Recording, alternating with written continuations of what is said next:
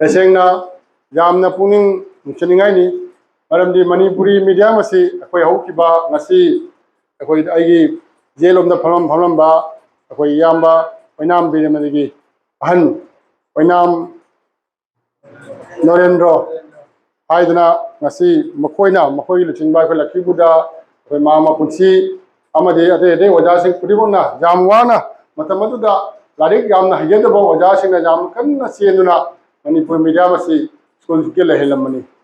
Hariba School Asi, Karamai Mukasu School Nasi, Kodala is School Janki. School Janki Siga, Wajahi say, Yam the Bada, Wajamari, Medical, Wajatani, say, Wajatani, Matakani, High School, the Wajatara, Batra, Mangaliba, post sanction about Yam lady. But in the Masida, he say, Wajata Humuni. Wajata Hum say, Masimut Kidam. Nasi Equina, English School da, English medium the Tamiba, Wajasa. Or Mana Tabaka with the Manipuri medium was sang of Honor Twina. But the English medium, the Lakibu, say, I know Kangabada, Union High School. Union High School. But Lakibu Hajaka, Union High School, Kanganeba, English medium, they say.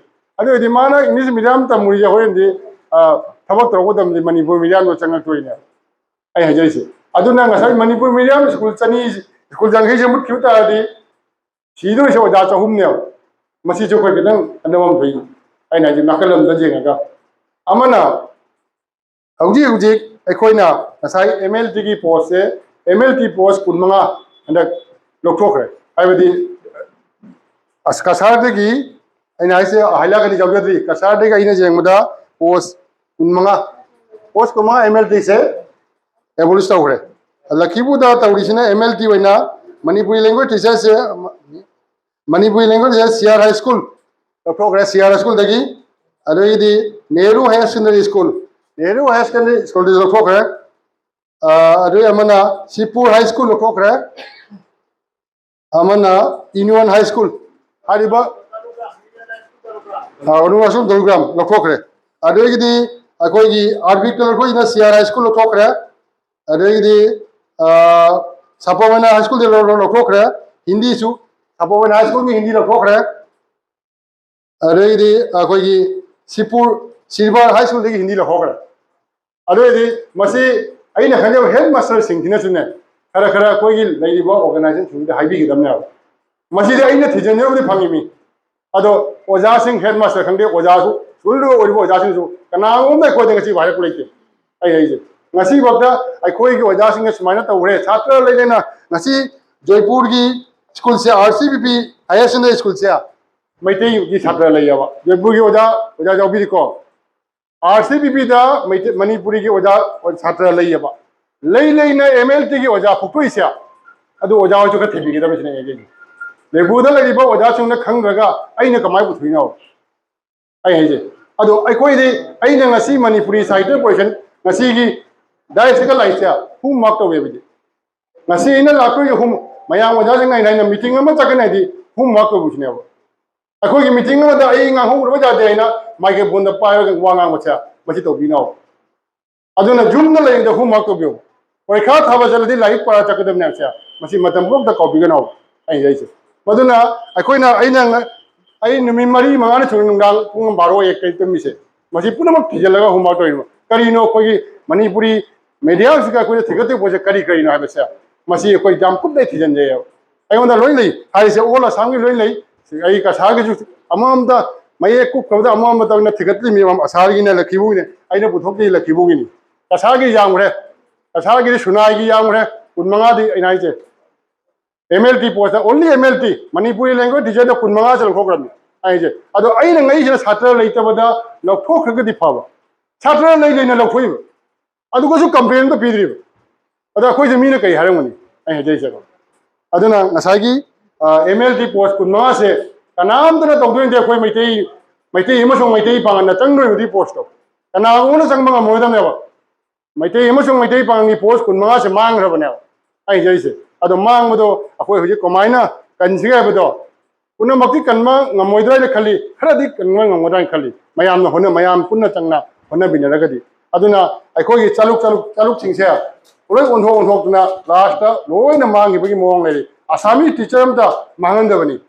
안되정도 아사미 디자 아야말로 망한다더니 뭐 아사마 뭐라 방으로 빌리기 point dong laga ai jum de bhara le gal high school da asami teacher la imi adu ka khane transfer lo takra got it ai hajai se ko aduna akhoi gi mlt kai gi damakta satra le rinal hol ro thok sine kai hajai sine satra amak tang le su teacher le gadam mlt po thagi amak tang le su madu gi ga khoi muk se awa aina mayam da jai se amana manipuri medium sai nga sai cho amada haija gre akhoi hingan se di oja khata khoi chai jab natta de oja amasung manipuri sahitya parishad ki ngasi branch puding da manipuri sahitya parishad ki pham pai ba isinau singche aina hajening isina manipuri sahitya parishad se thaireng wareng thiba khagana pham pai dori bra adaga thaireng wareng manipuri sahitya parishad ki pham pai ba odi thaireng wareng amuk tam masira sinia akoina atai layori ba mayam se kanana phara sinia ado akoi se kara namu thaireng wareng thiba ide na parishad ki pham pai ka chu nangbe khu yawi aduna akoina aina hajari sina ngasi manipuri medium se laitagadi thaireng wareng do iragana kanana no paduri se laito laik se iraga ai basing lari iri se padu mi do kanana ba larik sam kha copy sa phong da pano mi manga ban thora ro adodi pahanna ba ko semgot se pahanna ba do ko medium se hingan semgot se asi igore ba thaireng igore wareng do pahanna ba simdo tinyai ko hajejina aduga akoi gi medium se ngasi maitai mayaki ngasai hayagi do maitai mayak se ngasi manipur da lo tamre ma master jogre assam university master mai asa angak pamna university da bangla scheme na su master tamimi maitai scheme na su manipuri scheme na su master tamimi akoi assam university machi jo angak pamni ko makha dana hoba mathak dana master tamimi adugumba se lai akoi siga aduna ngasai gi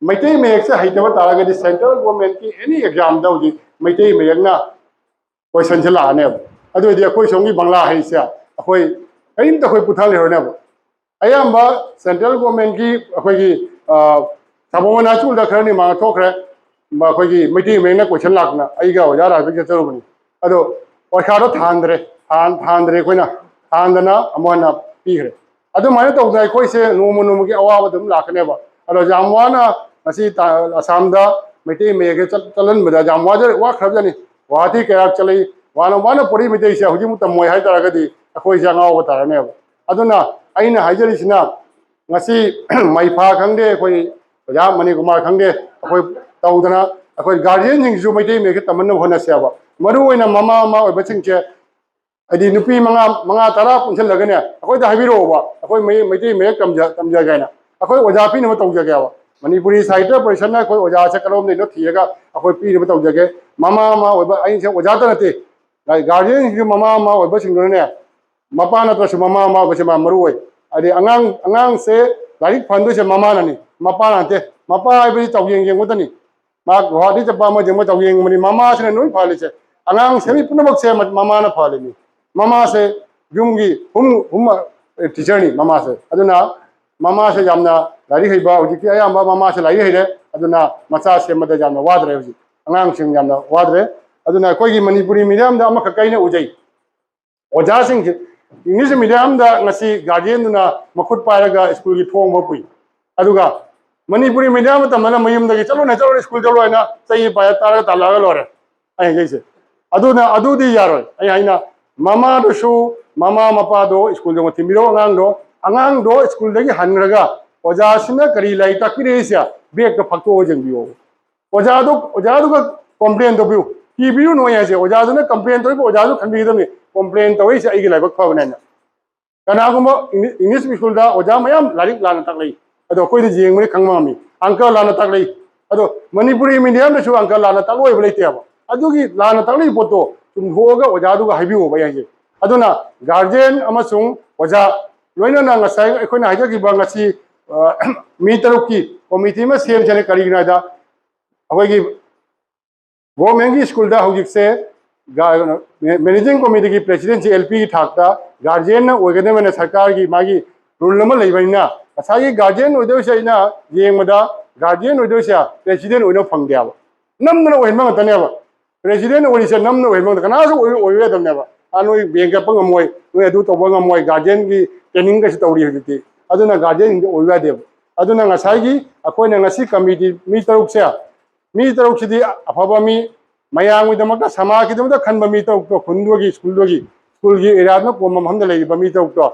madu thiraga koi punna oja amasung mi taruk se machina oja sing da jamna junction jaga da nate ado ai amakta ngajaram ge aina ahamba tawdori se mi taruk ga sakena da nomani nirau ga badagi thangje nei bokna nirau ga badagi thangje nei ki mi na mi taruk se namajing pade namajing se chutini aduna ningthau ka bada hariba mi se adu ngangoda mini nungti gi assembly da mi mam da jago da mi tau sen ti gi school ga assembly da mi mam jago da ai gai assembly da anga du ga sei sakko jabi ga da ba oja du ga sei sakko jabi ga da ba adu ngamba member ne habu jumna ram sam jodu modu member hakko da te khoi hap toise aduna tau share ga de ta akoi mayam punna honai mi si tau hare ga na tum mangi ba ngai ba ta ba aduni akoina aro ngasi gi famjain hajeri se aduna mayam aro biganu akoi akan baina wa khara ngangger gasu mayam masi sentiment oiduna koi gi medium sibu mahaning de badagi haibne se oja singa lobi duna abi waina ai mayam da hajeraga mayam bomona kurum jari